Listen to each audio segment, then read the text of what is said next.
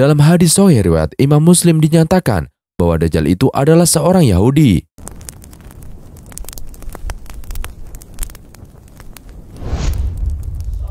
Assalamualaikum warahmatullahi wabarakatuh. Sahabat beriman yang dirahmati Allah Subhanahu wa taala.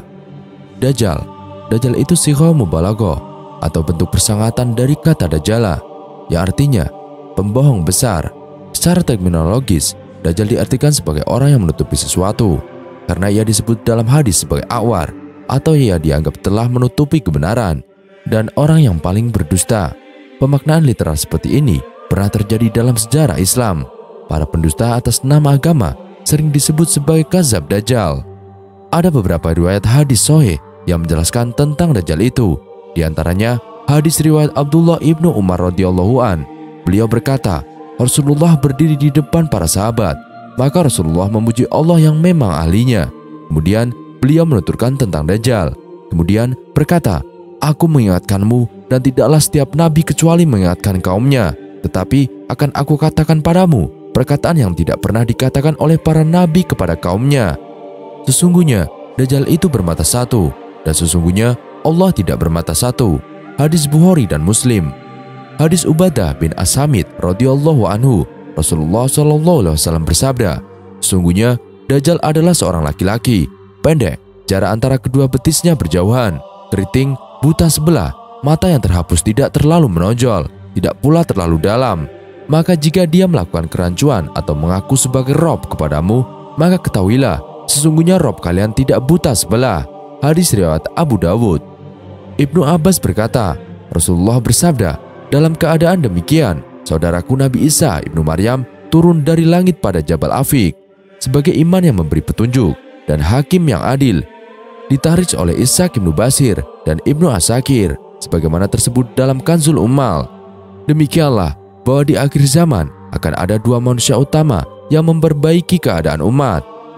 Rasulullah SAW bersabda, umat tidak akan rusak yang aku ada di awalnya, Isa ibnu Maryam berada di akhirnya, dan Al-Mahdi pada pertengahannya atau sebelum akhir. Al-Mahdi adalah tanda awal kiamat kubro. Ketika Nabi Isa ibnu Maryam turun dari langit, beliau menyilakan Al-Mahdi untuk mengimani sholat. Dari Abu Hurairah bahwa Rasulullah SAW bersabda, bagaimana kalian jika turun ibnu Maryam di tengah kalian dan imam kalian adalah dari kalian. Sahih Al-Bukhari juz 4 halaman 134. Al-Harits bin Usamah meriwayatkan dalam musnadnya dari Jabir bin Abdullah katanya, Rasulullah bersabda, akan turun Isa ibnu Maryam, lalu amir mereka Al-Mahdi mengatakan, kemarilah, sholatlah bersama kami. Isa berkata, tidak, sesungguhnya sebagian mereka adalah amir, sebagian yang lain sebagai pemuliaan Allah bagi umat ini. Ibnu Qayyim mengatakan, sanad di sini sungguh baik. Al-Manar Al-Munif oleh Ibnu Al-Qayyim halaman 147. Al-Hakim dalam Mustadrak Al-Asyayan mentahris dari Abu Hurairah dari hadis marfu, sesungguhnya Ruhullah Isa akan turun di tengah-tengah kalian atau umat Nabi Muhammad di akhir zaman. Ketika kalian melihatnya, Ruhullah Isa, maka kenalilah ia, yang seorang berwarna kulit putih kemerahan dan mengenakan dua baju, seakan kepalanya meneteskan air dan basah. Kemudian Allah menghancurkan Dajjal, pembohong besar yang mengaku Nabi dan mengaku sebagai Allah. Pada zamannya, ia Ruhullah Isa tinggal di bumi selama 40 tahun, kemudian diwafatkan dan disolati kaum muslimin.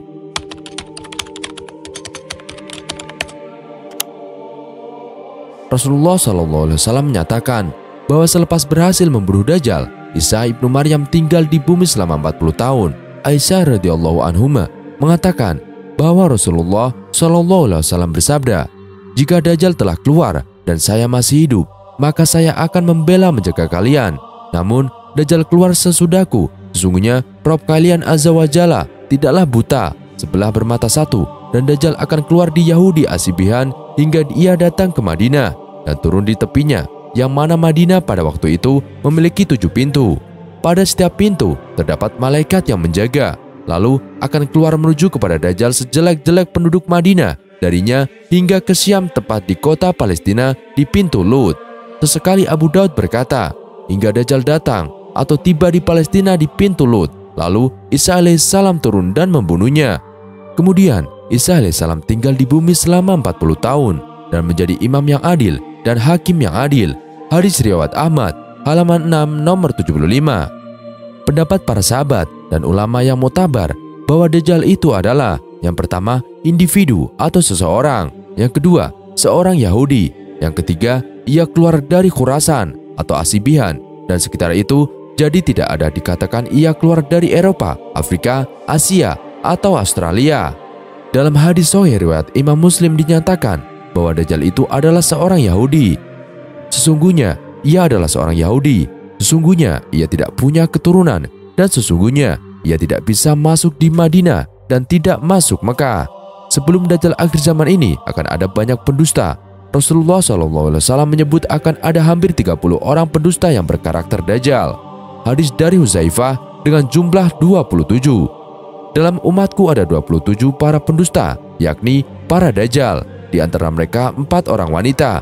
Dan sesungguhnya aku adalah penutup para nabi. Tidak ada nabi setelahku. Hadis riwayat Ahmad dan Tabarani disahihkan oleh Al-Hatami. Kemudian Dajjal akhir zaman inilah yang dibunuh oleh Nabi Isa ibnu Maryam, yang seolah seperti Urwah ibnu Mas'ud As-Saqafi atau nama seorang sahabat Nabi. Kemudian Isa ibnu Maryam mencari Dajjal itu dan membunuhnya. Hadis riwayat Imam Ahmad nomor 2 166. Hadis riwayat Imam Muslim nomor 2940. Hadis Imam Al-Hakim halaman 4 nomor 550. Tentu menarik, dalam hadis ini bukan orang lain yang diserupakan dengan Isa, tapi Isa ibnu Maryam yang turun itu seolah diserupakan dengan salah satu sahabat Nabi, sehingga tidak ada bagian apapun selain Nabi Isa ibnu Maryam di sini.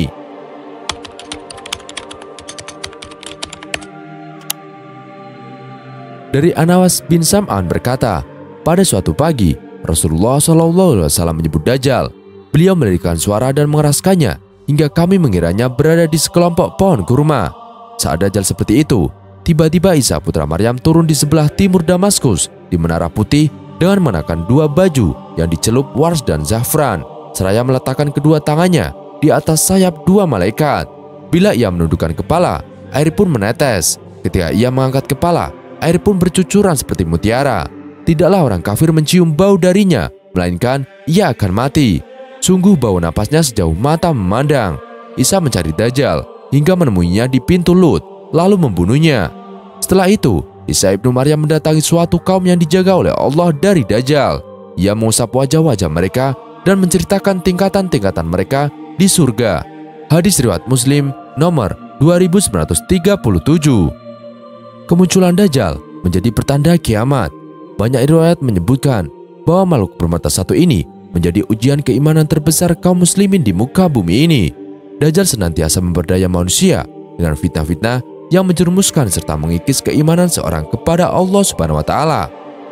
Dajjal diberikan kemampuan oleh Allah untuk tipu daya yang membuat manusia menuju terkagum-kagum dan akhirnya menjadi pengikutnya. Oleh karena itu, kita harus mewaspadai tipuan sihir Dajjal saat menjelang hari kiamat. Lalu, apa saja tipuan yang dimaksud? Salah satu tipu daya Dajjal adalah perkara membawa air dan api. Banyak manusia yang tertipu dengan sihir tersebut. Orang mengira bahwa udara yang dibawa Dajjal adalah udara sebenarnya, padahal sebenarnya adalah api yang membakar. Hal tersebut tertulis dalam sebuah hadis. Dari Uqbah bin Amr berkata pada Tiaka Huzaifah, Anda ceritakan kepada kami apa yang Anda dengar dari Rasulullah SAW. Huzaifah berkata, saya telah mendengar Rasulullah SAW bersabda, jika keluar Dajjal membawa air dan api, adapun yang dilihat orang-orang itu api, maka sesungguhnya itulah air yang dingin. Sedangkan yang dilihat oleh orang-orang itu air yang dingin, maka itulah api yang membakar. Maka barang siapa kebetulanlah masuk pada yang dilihatnya berupa api, karena sebenarnya itu adalah air tawar yang dingin. Hadis riwayat Bukhari Muslim dalam Al-Lu'lu' wal Marjan, halaman 2, nomor 1856. Berikutnya, menyembuhkan kebutaan dan penyakit belang. Selain melakukan sihir dengan menipu membawa air dan api, ternyata Dajjal juga menipu manusia dengan kemampuan untuk menyembuhkan kebutaan dan penyakit belang. Ia atau Dajjal mampu menyembuhkan kebutaan dan penyakit belang-belang. Hadis riwayat Muslim. Berikutnya, mengaku Nabi lalu mengaku Tuhan. Mengaku Nabi lalu mengaku Tuhan pada saat kemunculannya, Dajjal menunjukkan segala kekuasaan dan keajaiban yang dia miliki atas izin Allah Subhanahu wa taala. Setelah itu, ia lalu mengaku sebagai seorang nabi. Tidak cukup sampai di situ, Dajjal juga melakukan tipuan dengan menghidupkan orang yang telah mati dan kemudian dirinya mengaku sebagai Tuhan.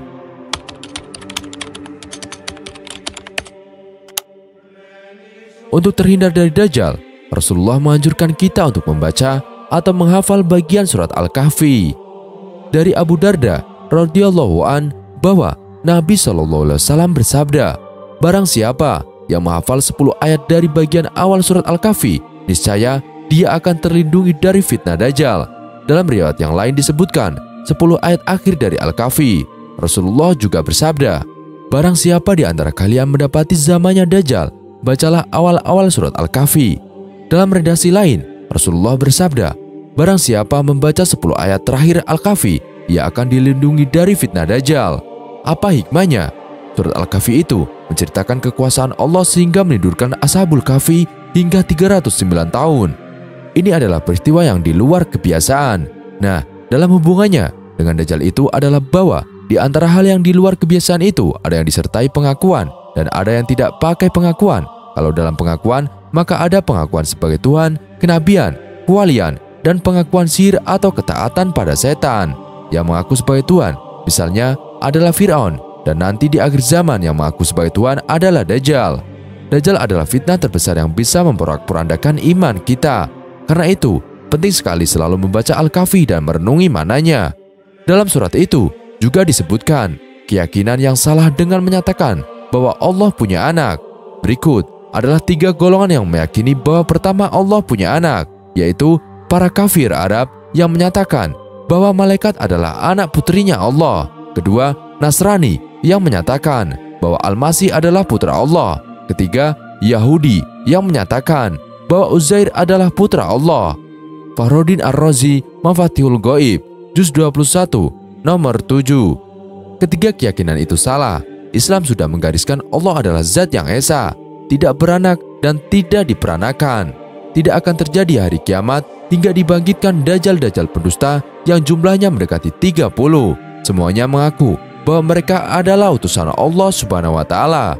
Hadis riwayat Bukhari nomor 3609. Saking dahsyatnya fitnah Dajjal, Rasulullah SAW memerintahkan seluruh umat Islam untuk berdoa kepada Allah Subhanahu wa taala agar dilindungi olehnya. Doa ini dibaca setiap hari banyak minimal 5 kali sehari. Doa agar terlindung dari fitnah Dajjal ini dibaca pada akhir sholat. Adapun bacaan doa sebagaimana diajarkan Rasulullah SAW, Allahumma inni a'udzubika min azabi jahannama wa min azabil qabri wa min fitnatil mahya wal mamati wa min syarri fitnatil masihid dajjal, yang artinya, ya Allah, kami berlindung kepadamu dari azab jahanam, azab kubur, fitnah hidup dan mati, dan dari fitnah al-masih ad-dajjal. Hadis riwayat Muslim. Dianjurkan pula memohon perlindungan Allah Subhanahu wa taala dari fitnah Dajjal dengan membaca 10 ayat pertama surat Al-Kahfi. Hal ini bersandar pada sebuah hadis sahih yang berasal dari Abu Darda radhiyallahu an. Ia mengatakan bahwa Rasulullah SAW bersabda, "Siapa yang menghafal 10 ayat pertama dari surat Al-Kahfi, maka ia akan terlindungi dari Dajjal dan fitnahnya." Hadis riwayat Muslim. Wallahu a'lam bishawab. Sekian kisah kali ini. Kurang lebihnya kami mohon dimaafkan. Yang benar datanya dari Allah Subhanahu wa taala. Khilaf atau keliru datanya dari saya pribadi. Wassalamualaikum warahmatullahi wabarakatuh.